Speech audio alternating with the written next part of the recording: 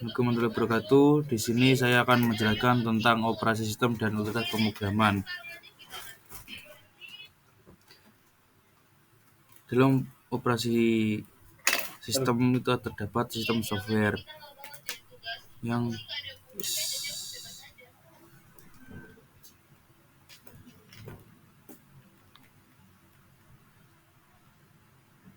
Sistem software adalah program yang mengontrol operasi komputer, dan di dalam software itu ada dua tipe sistem, yaitu sistem operasi dan utilitas program. Sistem operating disebut platform, mengatur seluruh aktivitas antara sumber daya komputer dengan hardware komputer. Dan di sini bisa dilihat ada gambar ketika kita akan mengaktifkan sebuah komputer. Di sini ada tombol power, terus jalan ke sini, terus ada operating system yang function yang kita bisa untuk membuka semua software yang ada di dalam komputer kita. Sistem operasi, ada aplikasi cross platform, aplikasi yang dapat berjalan pada banyak sistem operasi. Aplikasi ini dapat, di sini ada gambar yang memvisualisasikan di mana ada aplikasi yang bisa berjalan pada platform A, platform B, platform C, dan platform D. Dan selanjutnya, fungsi pada sistem operasi.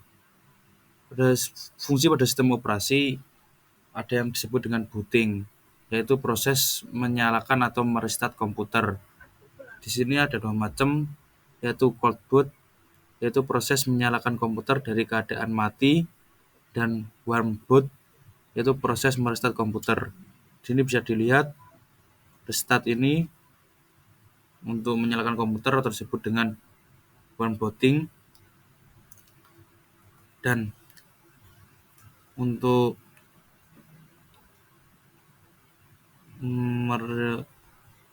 menyalakan komputer disebut cold booting.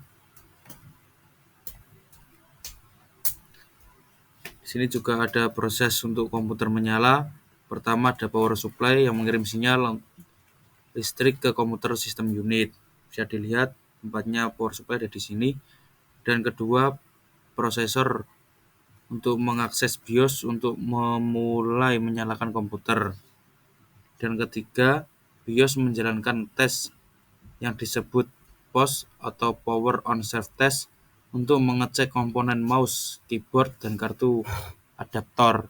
Yang keempat, ada hasil dari POS akan dibandingkan dengan data pada chip CMOS. Yang kelima, ada BIOS akan mencari sistem file pada USB flash drive atau CD atau DVD drive, lalu drive C atau hard disk.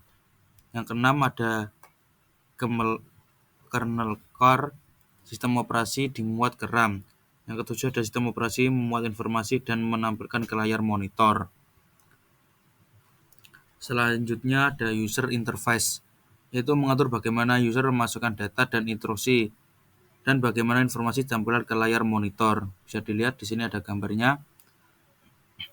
Dan selanjutnya graphical user interface atau GUI adalah user yang berinteraksi dengan visualisasi menu seperti tombol dan icon. Ada dua macam, yaitu basic interface dan Windows Aero interface. Selanjutnya single user atau multitasking, yaitu dapat menjalankan dua atau lebih program pada saat yang sama. Pertama, jendela yang di depan adalah yang aktif, dan kedua, jendela yang di belakang adalah yang sedang tidak aktif. Bisa dilihat di sini ada gambarannya. Dan selanjutnya adalah fitur lainnya pada sistem operasi, yaitu pertama ada multiprocessing, yaitu dapat memproses dua atau lebih program pada saat yang sama. Yang ketiga adalah multi-user, yaitu dua atau lebih user dapat menjalankan program pada saat yang sama. Ketiga, fault tolerant komputer, itu dibagi menjadi dua fitur. Yang pertama mempunyai beberapa komponen ganda seperti prosesor, memori, dan disk drive. Yang kedua dapat terus beroperasi ketika salah satu komponennya tidak berfungsi. Manajemen memori, manajemen memori kita dapat mengoptimalkan penggunaan random access memory atau RAM. Dengan virtual memory, ruang pada disk berfungsi layaknya RAM. Yang ketiga, membuat koneksi ke internet.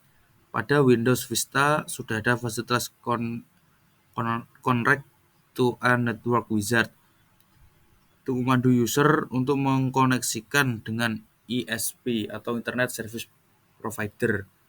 Sini ada gambarnya. Dan yang selanjutnya adalah utilitas program, yaitu software yang berfungsi untuk tugas seperti maintenance atau perawatan. Bisa disebut juga dengan utility.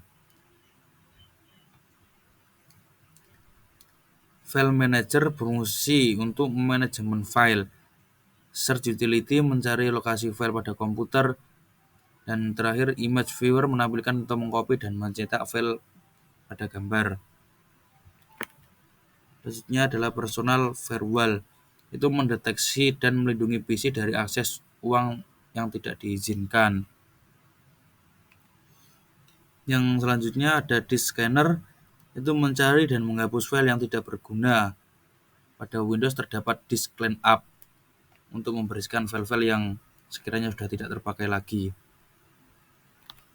Dan selanjutnya ada Disk Defragmenter, yaitu mengatur kembali dan ruang kosong pada hard disk sehingga akses program berjalan lebih cepat. Selanjutnya lagi ada Diagnostic Utility, yaitu memberikan informasi tentang hardware dan beberapa software, dan memberikan informasi jika terjadi suatu masalah pada komputer. Yang selanjutnya ada Backup Utility, yaitu mengcopy isi hard disk ke alat penyimpanan lainnya dan lakukan kompresi file untuk mengurangi kapasitas penyimpanan.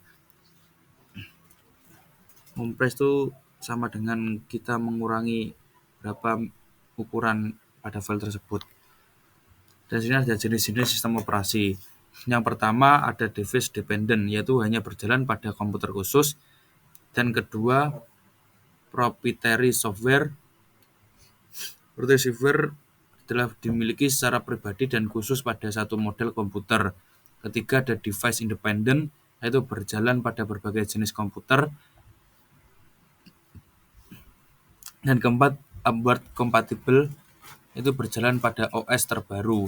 Dan yang terakhir adalah downward compatible, itu dapat diinstal software aplikasi yang berjalan pada versi OS sebelumnya. Sekian PPT yang telah saya sampaikan. Apabila banyak kesalahan mohon dimaafkan. Wassalamualaikum warahmatullahi wabarakatuh.